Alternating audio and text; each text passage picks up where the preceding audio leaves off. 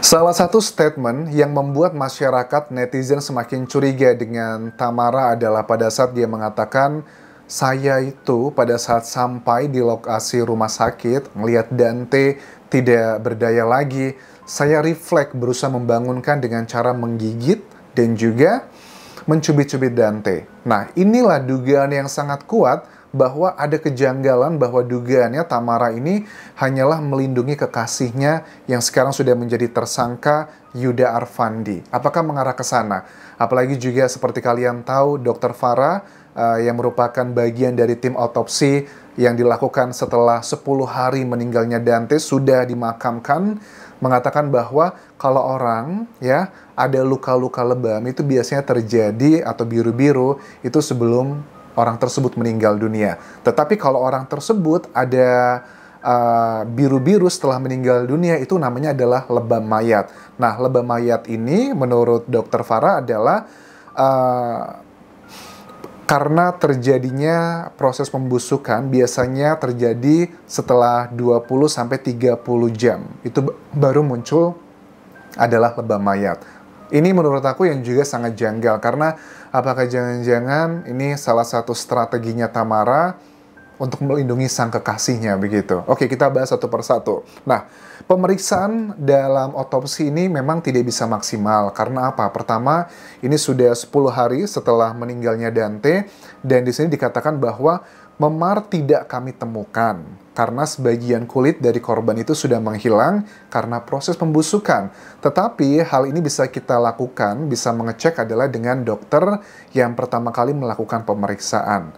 Nah, sama juga mengenai penyebab kematian terkait dengan cairan yang ada mungkin di paru-paru atau di organ tubuh lainnya, itu sudah nggak bisa dicek lagi di otopsi yang dilakukan 10 hari setelah meninggalnya Dante, itu nggak bisa dilihat.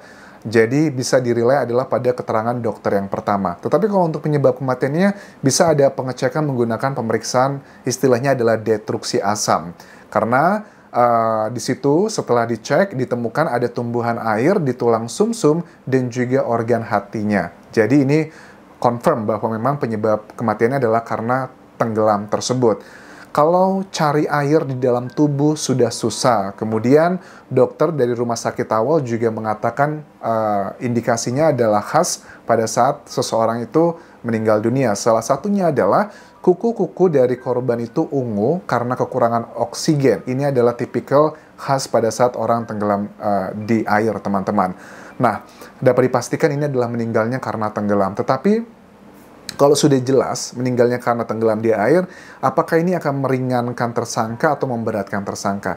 Tentu ini akan semakin memberatkan tersangka, karena ada narasi pun juga di luar sana yang bilang bahwa ya mungkin aja kan si Dante lagi sakit. Nah, kalian tahu kan ya, ini mau dibawa arahnya kemana? Dikatakan bahwa Dante itu lagi sakit, nggak enak badan, bisa aja dia meninggalnya itu bukan karena tenggelamnya, tapi karena memang dia sudah ada penyakit bawaannya. Sama lah kayak ada orang kena jantung gitu.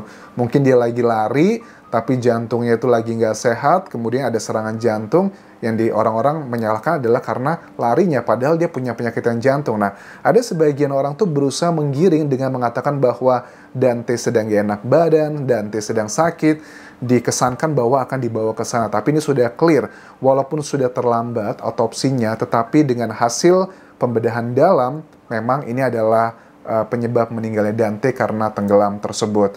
Nah, kemudian keterangan dari ASIFOR, dari Nathanael, Asosiasi Psikologi Forensik, ini juga melakukan profiling terhadap tersangka yang menjadi dugaannya adalah pembunuhan berencana ini.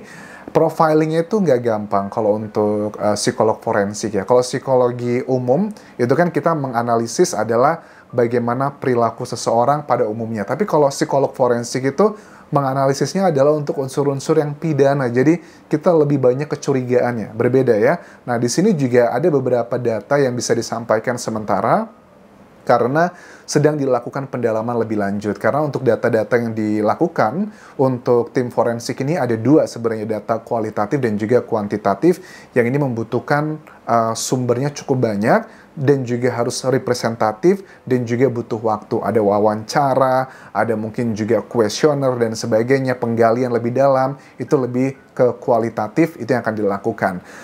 Kredibilitas keterangan tersangka bagaimana? Dikatakan bahwa secara mental cukup baik dan tidak ditemukan adanya gangguan jiwa yang berat. Nah, ini menunjukkan bahwa kalau tidak ada gangguan jiwa yang berat, artinya dia sadar apa yang telah dia lakukan, dia bisa melakukan bertanggung jawab secara proses hukum, dan pada saat ditanya sama wartawan mengenai bahasa tubuh yang dilakukan oleh tersangka dalam CCTV tersebut, apakah itu indikasi bahasa tubuh yang wajar orang sedang melatih seorang anak untuk melakukan berenang, ataukah ada indikasi ini kayak melakukan kebohongan tindakan pidana? Nah, dikatakan di sini bahwa bahasa tubuh tersebut tidak bisa serta-merta menjadi acuan 100%, tentunya harus ada profiling dari psikologis dari si tersangka lebih menyeluruh. Misalnya, apakah ada permasalahan antara sang ibundanya Dante dengan tersangka?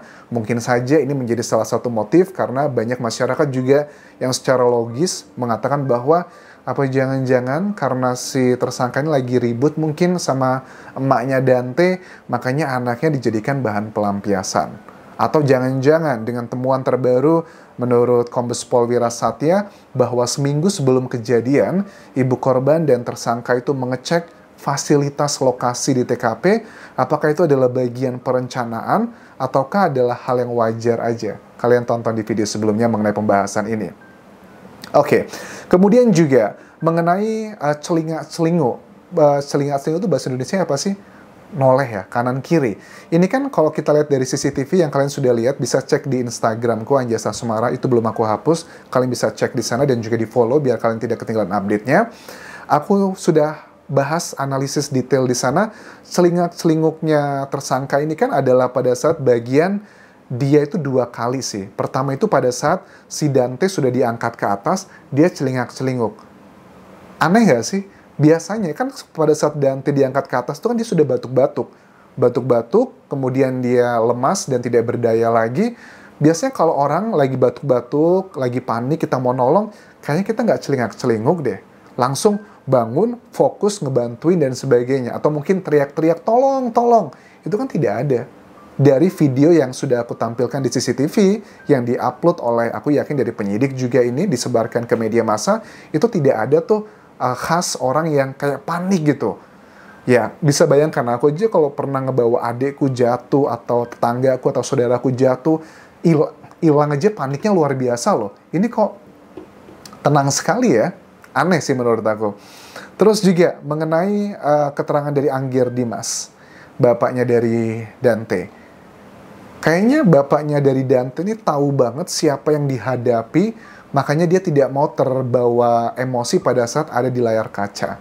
Dia ngerti banget siapa di balik profilnya seorang tersangka Yuda Arfandi. Bahkan netizen juga banyak yang ngomong nih, Anjas, tahu nggak sih waktu Tamara Tiasmara, ibunda dari Dante, diwawancara di media TV Indonesia, masih menggunakan panggilannya adalah dengan kata-kata beliau untuk tersangka. Hebat ya. Orang yang jelas-jelas menjadi penyebab kematian putranya, terlepas itu karena kecelakaan atau pembunuhan berencana atau spontanitas, masih loh menghormati dengan memanggil kata beliau.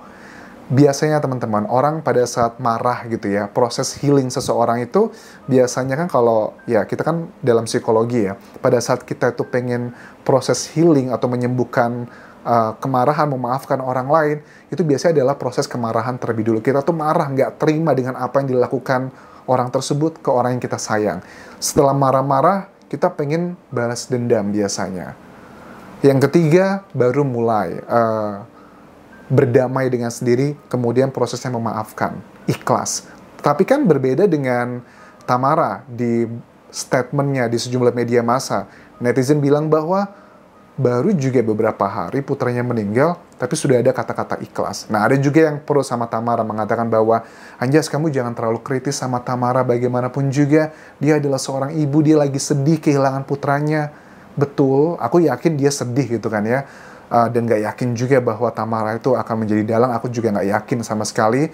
Menurut aku Tamara, untuk bagian tersebut dia tidak terlibat, tetapi mungkin Tamara itu melindungi kekasihnya. Karena mungkin dia berpikir, aku udah kehilangan putraku, aku nggak mau kehilangan pacarku. Apakah mengarah ke sana juga?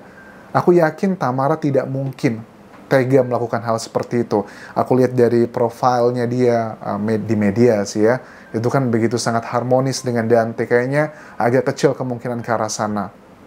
Tetapi mungkin reaksi-reaksinya Tamara ini yang dinilai oleh netizen terlalu dini mengikhlaskan, tidak ada kesan kemarahan. Pada saat aku lihat wawancaranya Tamara kan ditanya sama wartawan ya, dengan tersangka Yuda Arfandi apakah ada komunikasi lagi, terus Tamara cuma bilang dengan suara lirih, saya sudah nggak ada hubungan lagi setelah peristiwa ini. Maksudnya nggak ada hubungan tuh apakah putus ataukah nggak ada komunikasi sama sekali. Dia bilang kan memang saya nggak mau dikontak dia dulu, pokoknya saya nggak mau dikontak dia dulu, saya mau menenangkan diri, sampai nanti menenangkan diri saya baru lihat CCTV, setelah lihat CCTV saya baru memastikan apa yang terjadi sebenarnya. Tapi yang anehnya juga, Tamara juga sudah gandeng pengacara.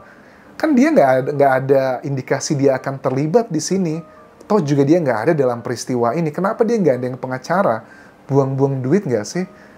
Unik ya. Oke, itu dulu yang bisa aku update mengenai peristiwa Dante ini, dan bapaknya Angger Dimas tetap kekeh dengan statementnya dia, walaupun dia tidak menyatakan secara verbal, tetapi dengan perilakunya di Instagram yang menulis hashtag adalah Justice for Dante, dengan uploadan yang menurut aku ini adalah sebuah bahasa yang menyatakan bahwa ada sesuatu hal yang aneh terjadi ke Dante, dan ini bukan sebuah murni kecelakaan. Itu yang aku tangkap apa yang berusaha disampaikan oleh Angger Dimas di sosial medianya. Terima kasih sudah menonton. Terakhir, tinggalkan like dan juga komen, subscribe channel YouTube ini, follow Instagram, Facebook, dan juga akun TikTokku di Anjasa Semara. Sampai jumpa.